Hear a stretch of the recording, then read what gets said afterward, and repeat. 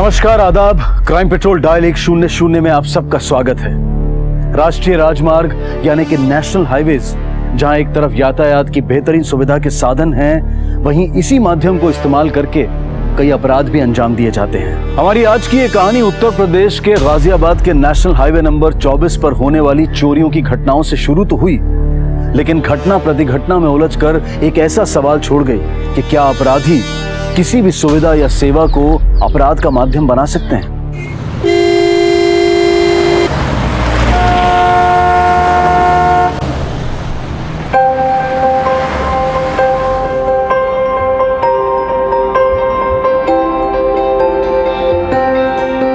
Laptop, mobile phone, computer नहीं आता है। माता जी से कर लो चैट, आज जगराता है। मम्मी, ये हाथ देखो कैसा लग रहा है। तो बहुत सुंदर लग रहा है, और जब तुम पिंक लहंगा पहनोगी ना तो और अच्छा लगेगा। अच्छा, मैंने ना तुम्हारे लिए और हार खरीदा है, वो उस वाले पैकेट में रखा हुआ है। अरे अरे पप्पू बेटा, क्या कर रहे हो हैं? इतनी जल्दी किस बात की तुमको बताओ। चीनी का मतलब जानते हो? शुगर। कम हुआ तो मुसीबत, और ज्यादा हुआ तो भी मुसीबत। हाँ, क्या समझे? सही भैया जी, एकदम सही।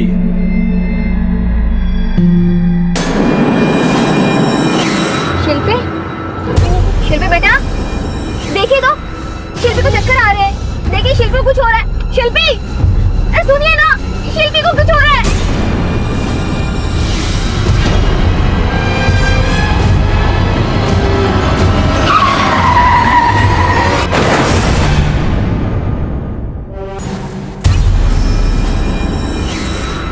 जी नहीं, बैग तो एक भी नहीं मिला गाड़ी में। हमारी जीवन भर की कमाई उस बैग में थी। अगर वो हमें नहीं मिला तो हम तो बर्बाद हो जाएंगे। अब शांत हो जाइए। पहले मुझे शुरू से ये बताइए कि हुआ क्या था।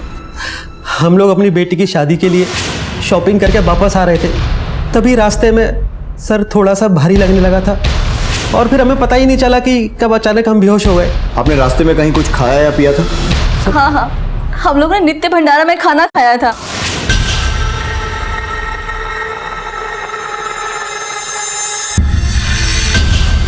नित्य भंडारा? सर, ये योगेश शर्मा है। याद है, ये हमें NH24 पे मिला था। 3 अप्रैल को जब ये अपनी बाइकिंग ट्रिप से वापस आ रहा था तो इसे अचानक ब्लैकआउट हो गया और इसका एक्सीडेंट हो गया। और जब इसे होश आया तो इसका मोबाइल, घड़ी, वॉलेट सब कुछ चोरी हो चुका था। सर, इसने भी नित्य भंडारा में ही खाना खाया था। तब हमें लगा कि ज़्यादा ट्रैवलिंग की वजह से बेहोश हो गया होगा, और चोरों ने मौके का फ़ायदा उठा के सब कुछ चुरा लिया। और तब हमारे पास नित्य भंडारा का कोई लिंक भी नहीं था। तरुण, अगर एक आध आदमी के साथ ऐसी कोई घटना होती तो बाई चांस हो सकती थी, लेकिन 3 लोग, कोई ना कोई कनेक्शन तो जरूर है इन सारी लूट और इस भंडारे में। भंडारे के बारे में पता लगाओ। सर,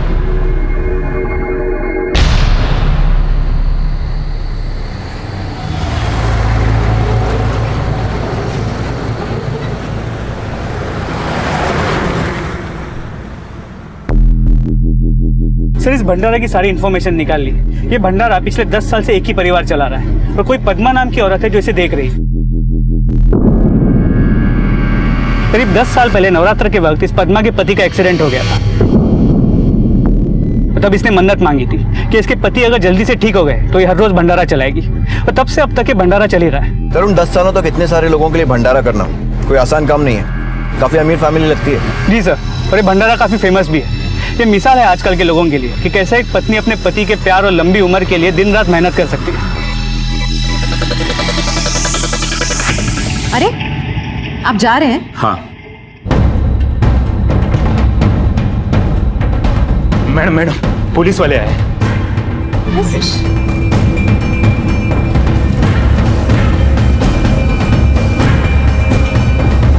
सर, मुझे लगता है आप लोगों को कोई गलतफहमी हो रही है।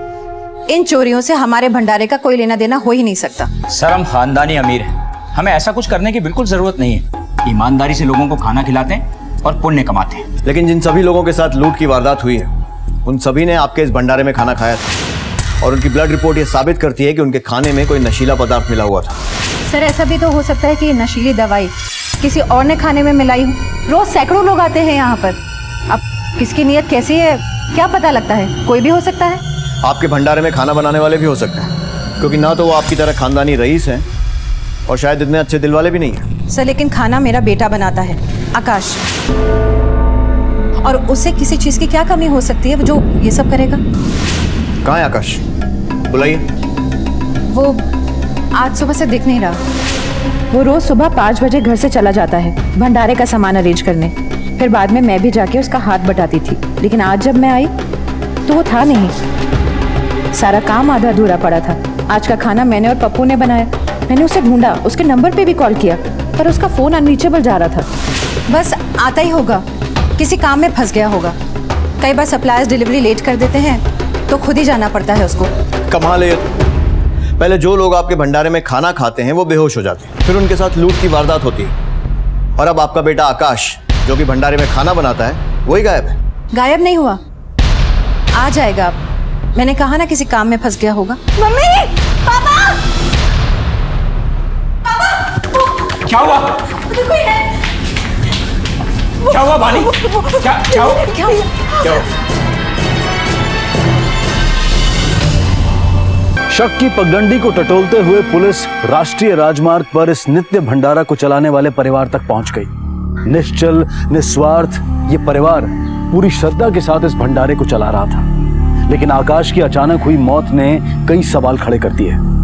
भंडारा में खाना खाने के बाद जिस परिवार का सामान लूटा गया था, क्या आकाश की मौत में उनका कोई हाथ था? क्या ये सारा किया धरा आकाश का था, जिसने पकड़े जाने के डर से अपनी जान दे दी? या फिर उन शातिरों का खेल था जो अब समझ चुके थे कि उनका राज पुलिस के सामने खुलने वाला है और उन्होंने उसे मौत के घाट उतार दिया? या फिर ये किसी अंदरूनी साजिश की चिंगारी थी जो अब शोला बनकर फट पड़ी थी?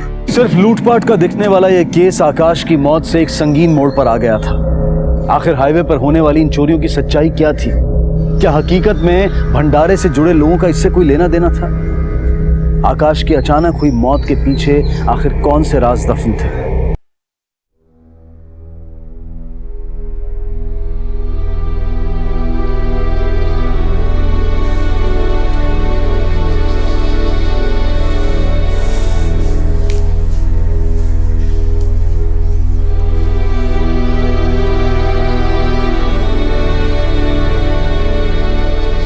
पद्मा, संभालो अपने आप को। मैं तुम्हारा दुख समझ सकता हूं। बंद करो अपना ये नाटक।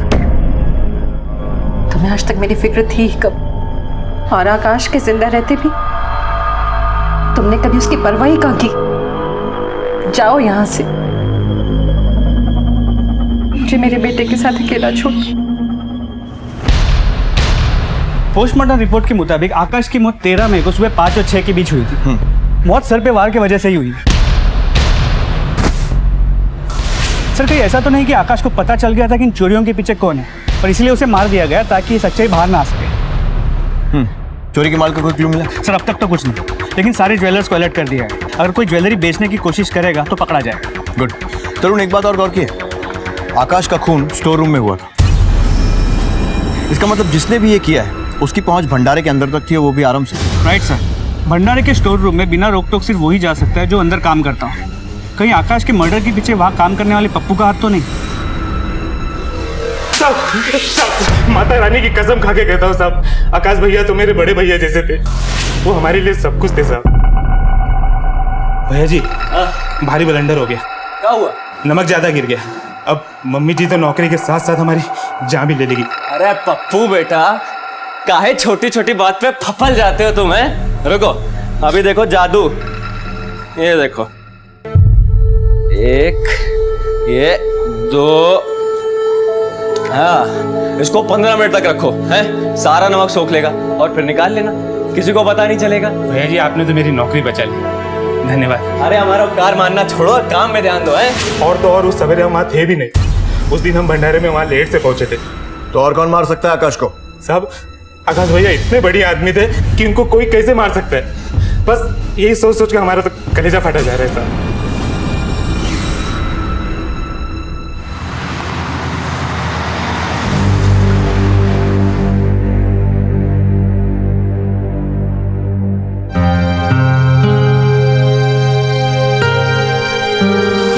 ये ले आकाश, पालक। अरे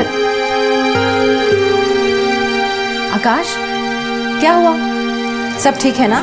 हाँ माँ, सब ठीक है। तो फिर कितना तेज बुखार है तुझे? आकाश मुझे बताया क्यों नहीं? और क्या जरूरत थी यहाँ आने की आज? हाँ माँ आप चिंता मत करो, मैं ठीक हूँ। मैं कुछ नहीं सुनने वाली। ला मुझे दे, छोड़िए सब। मैंने कहा ना, माँ। छोड़िए सब। तू घर जाके आराम कर, मैं यहाँ पे काम खत्म करके वहीं आती हूँ। नहीं माँ आप जाओ, मैं सब देख लूंगा। बहुत जिद्दी है तू, हमेशा अपनी बात मनवाता है मेरा बच्चा।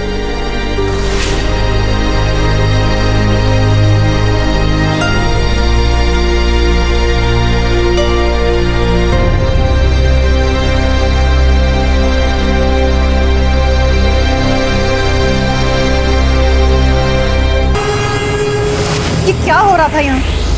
तुम यहाँ? तुम्हें शर्म नहीं आती? इसी जगह पे तुम्हारा भाई और तुम। मार तो तुमने आकाश को बहुत पहले ही दिया था, अब क्या खून के आंसू बहा रही हो? और वैसे भी इतने सालों से मैं भी मरी रही हूँ।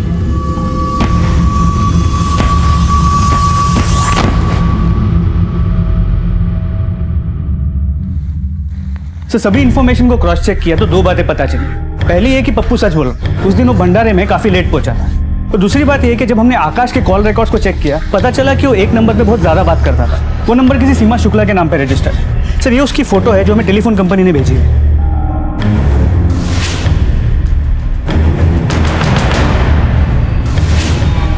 जी मैंने कभी नहीं देखा इस लड़की को। आकाश कभी किसी लड़की से बात ही नहीं करता था। भंडारे का रसोइया होने की वजह से उसने कसम खाई थी कि वो मांसाहारी खाना, शराब और लड़की, इन सब चीजों से दूर रहेगा। लेकिन आकाश के कॉल रिकॉर्ड्स तो कुछ और ही बता रहे हैं। उनके हिसाब से वो लगातार इस लड़की के टच में था। मैं नहीं मानती। इसे जानती है? हाँ सर, ये सीमा है और हमारे यहाँ पीजी में रहती है। उसे यहाँ कोई मिलने आता था या उसका किसी के साथ कोई चक्कर? कुछ टाइम पहले की बात है, मैंने रात में किसी लड़के को उसके साथ उसके कमरे में जाते हुए देखा था और अगली सुबह जैसे मैं पूछने गई तो उसने साफ इनकार कर दिया। इसके बारे में और कोई संदेहास्पद चीज? हाँ सर, वो प्रेग्नेंट है। प्रेग्नेंट है? हाँ सर। इसकी शादी हो चुकी है? सर मैंने पूछा था पर उसने जवाब नहीं दिया, बात को टाल दिया। ये सीमा इस वक्त कहाँ है? ये तो मैं भी नहीं जानती। आज सुबह से वो मुझे नहीं दिखी। मैं उसे फोन कर रही थी, उसका फोन स्विच ऑफ आ रहा है। अगर वो घर आया, उसका फोन आया, हमें इत्तला कर दीजिएगा। जी सर।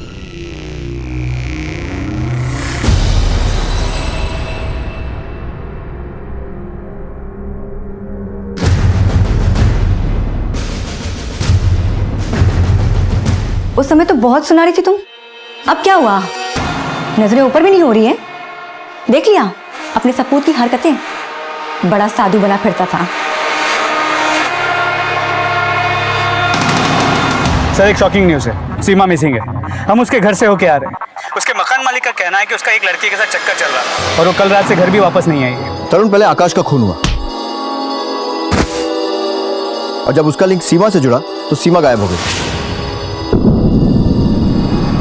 केस उलझता जा रहा है। सर एक बात तो पक्की है, इन दोनों के बीच ताल्लुकात तो थे। अब आकाश की मौत में उसका हाथ है या नहीं, ये पता लगाना होगा। मैं एक काम करता हूँ, भंडारे के आसपास पूछताछ करता हूँ, शायद सीमा को किसी ने वहाँ देखा हो। तुमने सीमा का मोबाइल लोकेशन ट्रेस किया? जी सर, उसके मोबाइल की आखिरी लोकेशन मिल गई है, मरीवाड़ा के पास के पक्के तालाब की है। हम वही जा रहे हैं।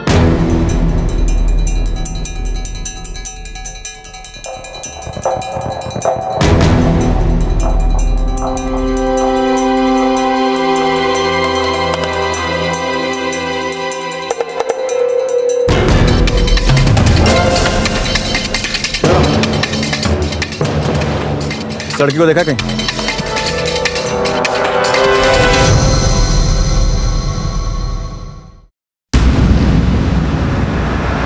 सर!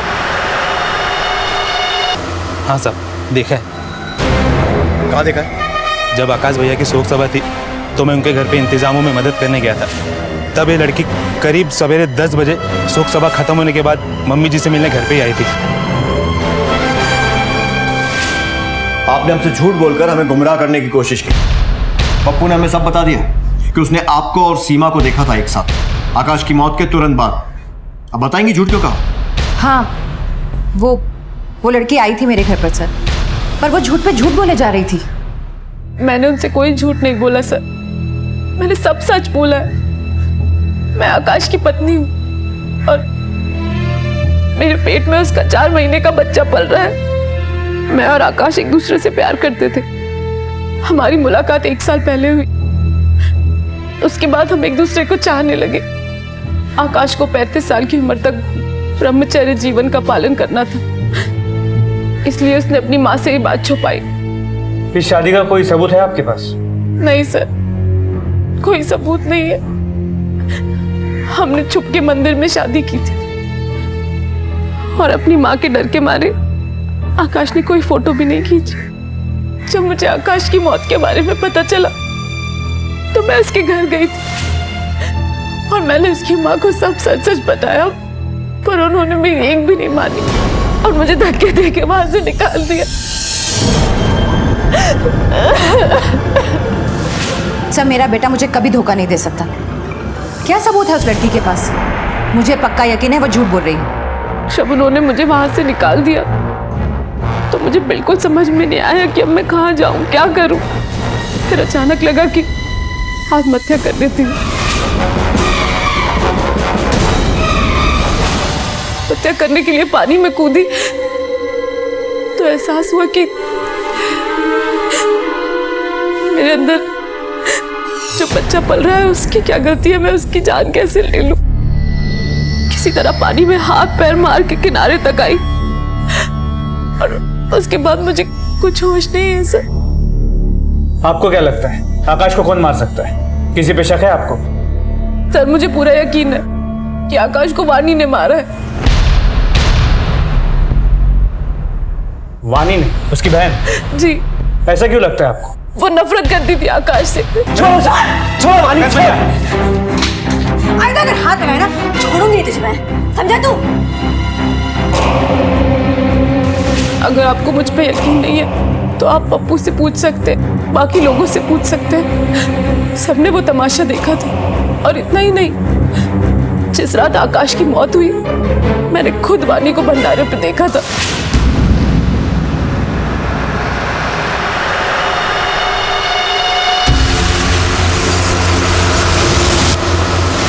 सर, मैं और आकाश भंडारे के पास एक जगह मिलते थे।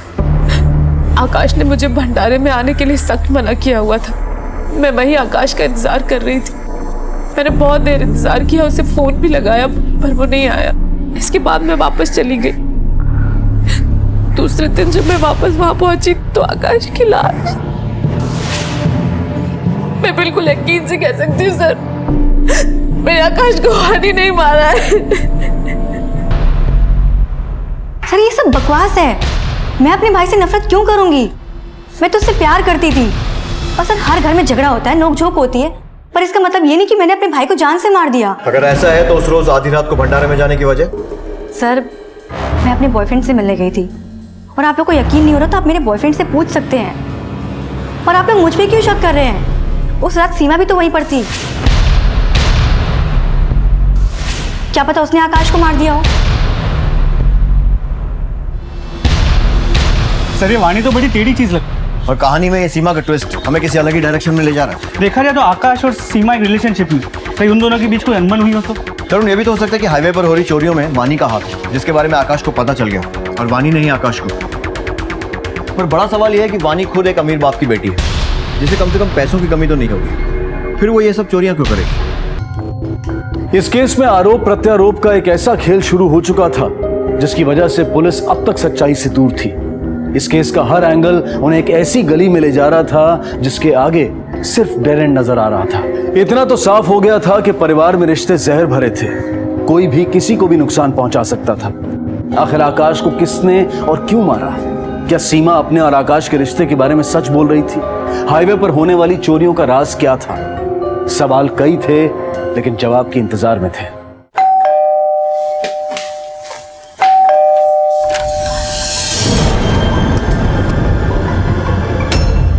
मम्मी जी, मैंने सोचा मेरे बच्चे को आकाश तो नहीं पर कम से कम उसका परिवार मिल जाएगा, बस यही सोच के चले आए। क्या बकवास कर रही हो ये? हाँ? चलो निकलो निकलो यहाँ से। फातिमा, इसे यहीं रहने दो, हमारी बहू है। इस कलमुही ने हमारे बेटे को फंसाया और आप इसी का साथ दे रहे?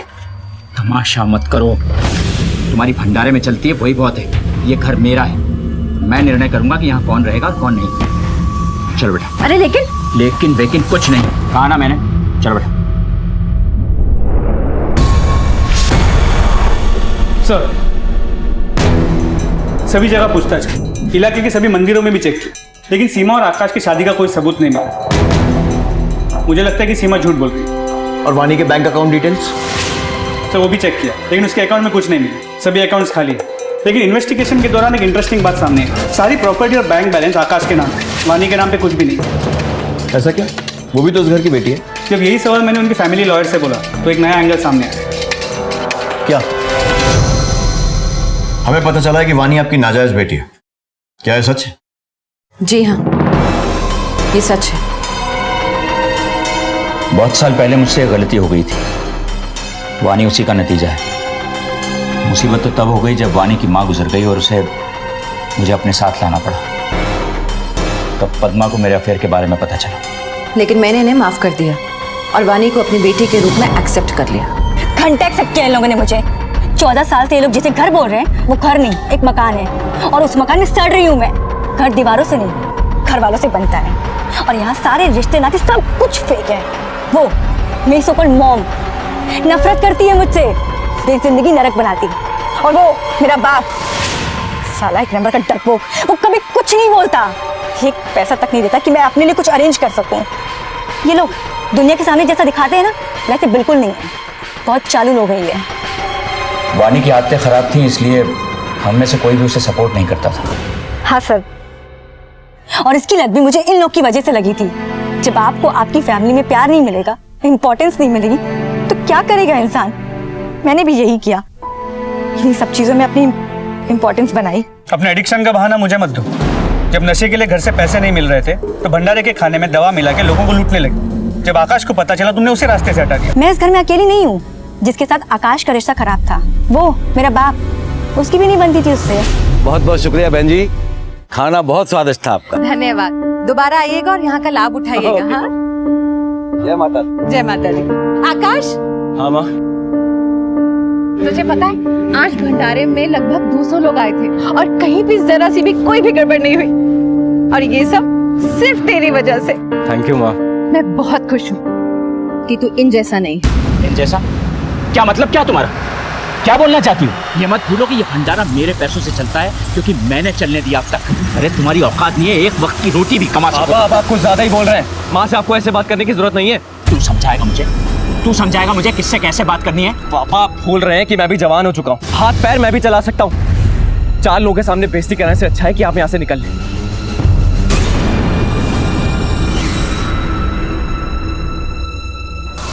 वानी के पास बहुत स्ट्रांग मोटिव है आकाश को मारने का। घर का और कोई मेंबर तो नहीं बचा। आकाश के पिता महेश। मोटिव का तो पता नहीं, फिर भी चेक करो। कई बार अंधेरे में चलाए तीर भी निशाने पर लग जाता है। सर, मिल गई तसल्ली तुम्हें? इतने साल तक मैंने सच को छुपा के रखा था, मिला दी ना सारी इज्जत मिट्टी में। अच्छा ही हुआ, मैं भी इस नाटक से परेशान हो गया था।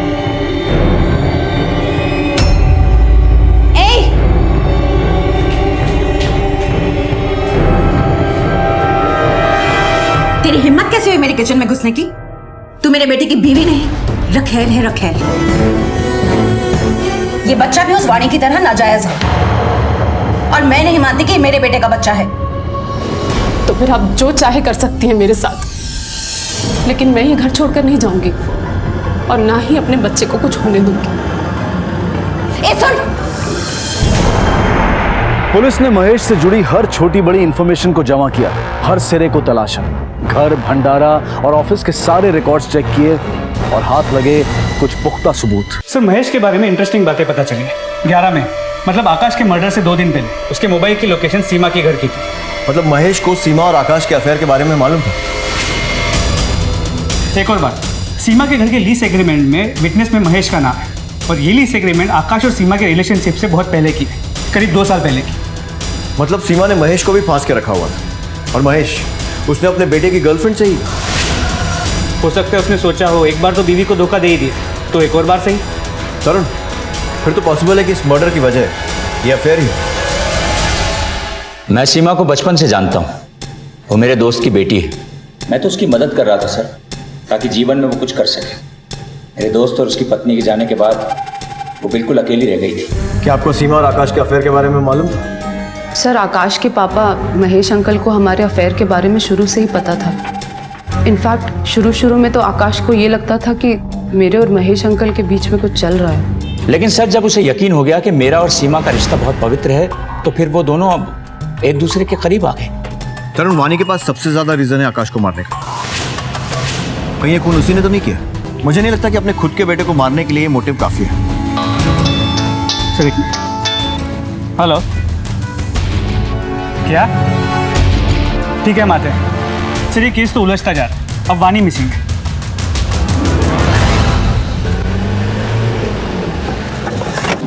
कब से लापता है वानी? जी कल से ही। वो कल से लापता है और आप लोगों ने कोई मिसिंग कंप्लेंट दर्ज नहीं कराई। कैसे बाप आप हैं? वानी तो अपनी ही मर्जी से चलती है सर, वो कहाँ किसी की सुनती है। हमें लगा आ जाएगी, कहीं दूर चली गई होगी। पुलिस ने अब कमर कस ली थी और पूरे जी जान से वो वानी की तहकीकात में जुट गई थी।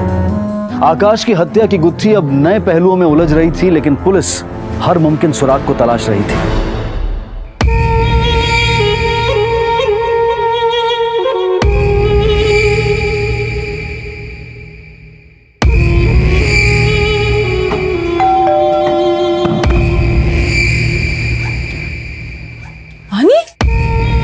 मानी, क्या हुआ तुम्हें? अरे संभालो अपने आप को।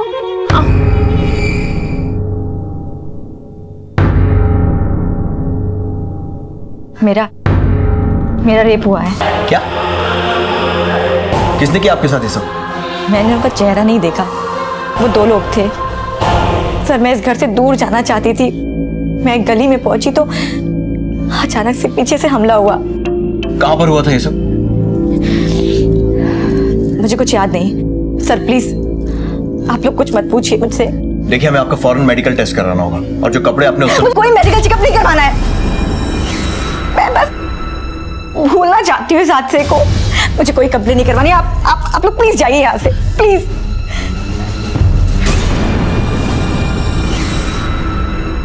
आखिर क्या हुआ था वानी के साथ? क्यों वानी अपने बलात्कारी के खिलाफ कोई कंप्लेंट नहीं करना चाहती थी? क्या वो कोई राज छिपाना चाहती थी? बाहर से शांत दिखने वाले इस परिवार के अंदर के कोलाहल ने पुलिस की जांच को मुश्किल में डाल दिया था। तरुण, इतना सब होने के बाद भी वानी अपने आप वापस आती है, ना कुछ बताती है और ना ही कोई कंप्लेंट दर्ज करती है। मुझे लग रहा है कि कुछ छुपा रही है, वरना मेडिकल टेस्ट के लिए मना क्यों करती है? सर, हो सकता है कि वानी के साथ रेप हुआ ही ना हो। उसने खुद अपने आप को घायल किया हो ताकि वो विक्टिम कार्ड प्ले कर सके और हम उस पर शक ना करें। सर, ये पद्मा जी है, ये आपसे मिलना चाहती है। सर, ये वानी के वो कपड़े जिसमें उसके साथ रेप हुआ था। इससे आपको असलियत पता चल जाएगी कि उसके साथ रेप हुआ है या नहीं। मुझे तो ये इसका एक और नाटक लग रहा है। शुक्रिया। जैसे ही कुछ पता चलेगा आपको खबर करेंगे। इन कपड़ों को फौरन जांच के लिए भेजिए। अगर वानी के साथ सचमुच रेप हुआ है तो हो सकता है इनमें सीमेंट के ट्रेसेस मिले। सर, तरुण, जब तक वानी के कपड़ों का डीएनए रिजल्ट नहीं आ जाता तब तक हम इस नतीजे पर नहीं पहुंच सकते कि वो सच बोल रही है या झूठ। तब तक वानी और महेश दोनों हमारे प्राइम सस्पेक्ट हैं। हेलो, ठीक है, हम अभी आते हैं। सर, किसी ने चोरी की ज्वेलरी बेचने की कोशिश की और हमारे कांस्टेबल ने ज्वेलरी शॉप ओनर की मदद से उसका स्केच बनवा लिया है। सर, ये तो मुन्ना है। ये हमारे भंडारे में काम किया करता था, लेकिन 8-9 महीने पहले हमने इसे निकाल दिया था। निकालने की वजह? वैसे तो ये आकाश का खास था, लेकिन मैंने इसे चोरी करते हुए रंगे हाथों पकड़ लिया था। ये हमारे भंडारे में से सामान चुराकर बाजार में सस्ते दामों पे बेचा करता था। कि मुन्ना रहता कहाँ? तरुण, एक बात समझ में नहीं आ रही। अगर मुन्ना को इतने महीनों पहले भंडारे से निकाल दिया गया था तो फिर भंडारे के खाने में नशीली दवा मिलाकर हाईवे पर चोरियां कौन कर रहा था? सर, ये भी तो मुमकिन है कि भंडारे में अभी काम करने वाले किसी आदमी को मुन्ना ने अपने साथ मिला लिया। पॉसिबल है।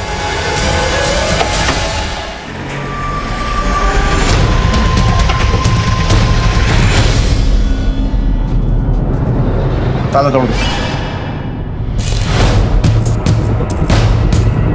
अंदर चेक करो अच्छे से, पूरे में।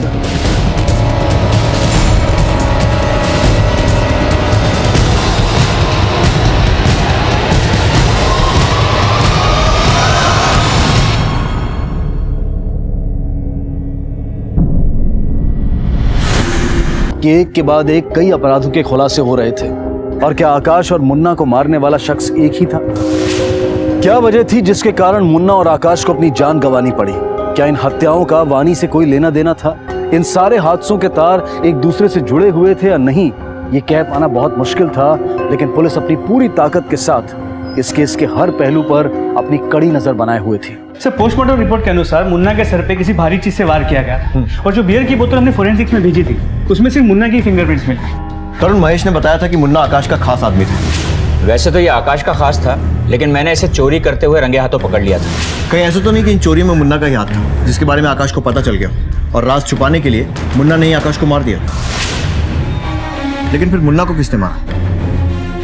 आकाश की पिछले 10 महीने की हिस्ट्री निकालो, पता करो कि नौकरी से निकाले जाने के बाद मुन्ना और आकाश टच में थे या नहीं। सर,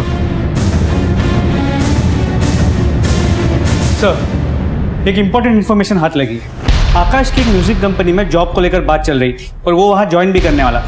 इनफैक्ट 12 मई की रात 10 बजे उसने ट्रेन की 2 टिकट्स भी निकाली थी अहमदाबाद जाने की, खुद के लिए और सीमा के लिए। मतलब जिस दिन उसकी हत्या हुई उसकी पिछली रात को वो भागने वाला था, तो फिर भागा क्यों नहीं? तरुण, ये भी पॉसिबिलिटी है कि अपनी नई जिंदगी शुरू करने के लिए उसे पैसों की जरूरत है और इसीलिए वो हाईवे पर इन वारदातों को अंजाम दे रहा था। सर, ये मुन्ना की पड़ोसन है। कुछ दिन पहले इन्होंने एक अनजान आदमी को मुन्ना के घर आते हुए देखा था। उस आदमी की शक्ल पहचानती हैं? जी सर। स्केच आर्टिस्ट से स्केच बनवाओ। सर, चलिए। सर ये रहा स्केच।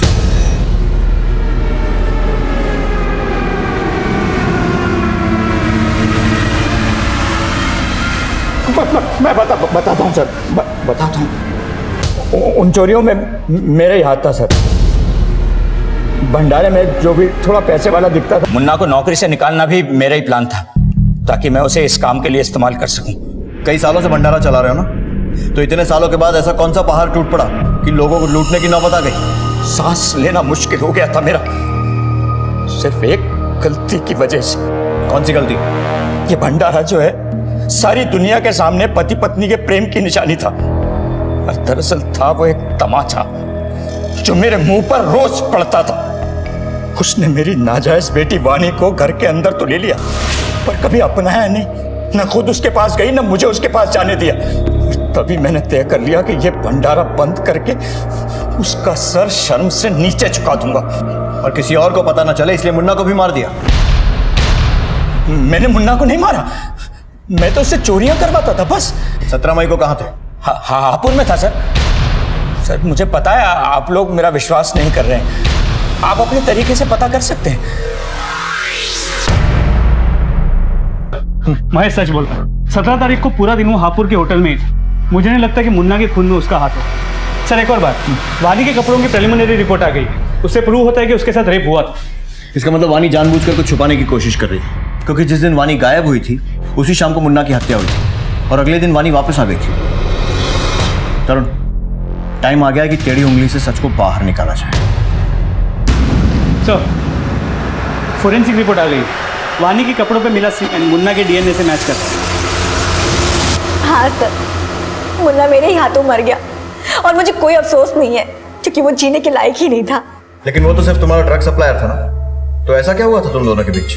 मुन्ना को नौकरी से निकाले जाने के बाद मैंने दूसरे ड्रग सप्लायर से ड्रग लेना शुरू कर दिया था, क्योंकि उसकी क्वालिटी अच्छी थी।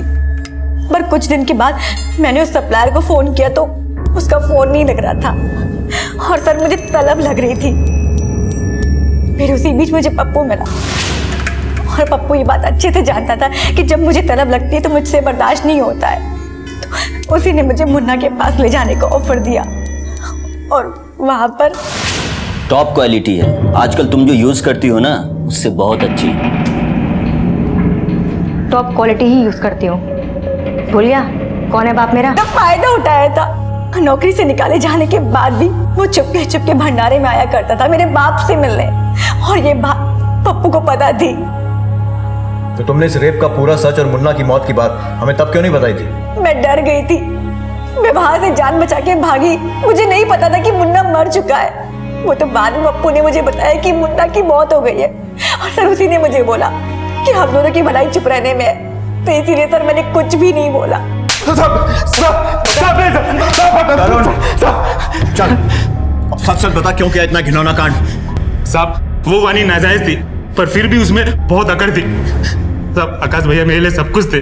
तब मैंने और मुन्ना ने मिलकर वानी को सबक सिखाने का सोचा, ताकि उसकी अकड़ तोड़ सको। तूने हमसे ये बात क्यों छुपाई कि इन चोरियों में महेश का हाथ है? हाँ साहब अगर ये बात मैं किसी को भी पता था तो मेरी नौकरी चले जाती, और वैसे भी आकाश भैया के बात को पता चल चुका था साहब। और क्या क्या मालूम है तुझे? देख सच सच बताना। आकाश भैया ने मरने के एक दिन पहले मुझे एक राज की बात बताई थी कि वो ये सब चीज छोड़कर सीमा भाभी के साथ कहीं दूर चले जाना चाहते। वो उनको एक अच्छी ऑफर भी मिली थी किसी एक अच्छे कंपनी से साहब। और किसको पता ये बात? शायद उन्होंने पद्मा जी को बताया था। हाँ सर, बताया था उसने मुझे। अब तू भी मेरा दिल तोड़कर जाएगा? शायद मेरी किस्मत ही। नहीं माँ, मैंने सोचा जरूर था पर मैं कर नहीं पाया। मैं कहीं नहीं जा रहा हूँ माँ, आपके पास ही रहूंगा। सच? हाँ।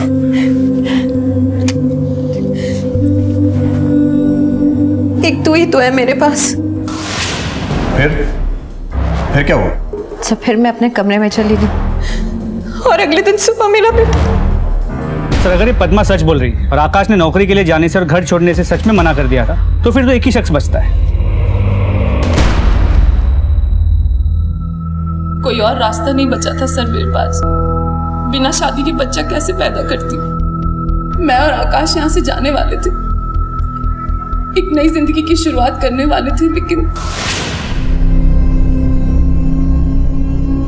आकाश, आकाश, तुम घर क्यों नहीं आए? मैं घर पे तुम्हारा इंतजार कर रही थी। हम जाने वाले थे ना आज।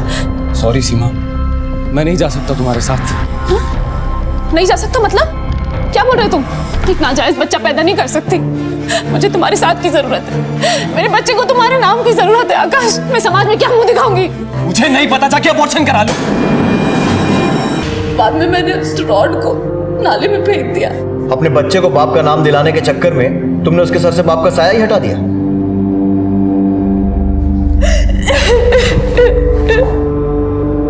एक दूसरे को ना समझ पाने की वजह से कितनी ही जिंदगियां बर्बाद हो गई।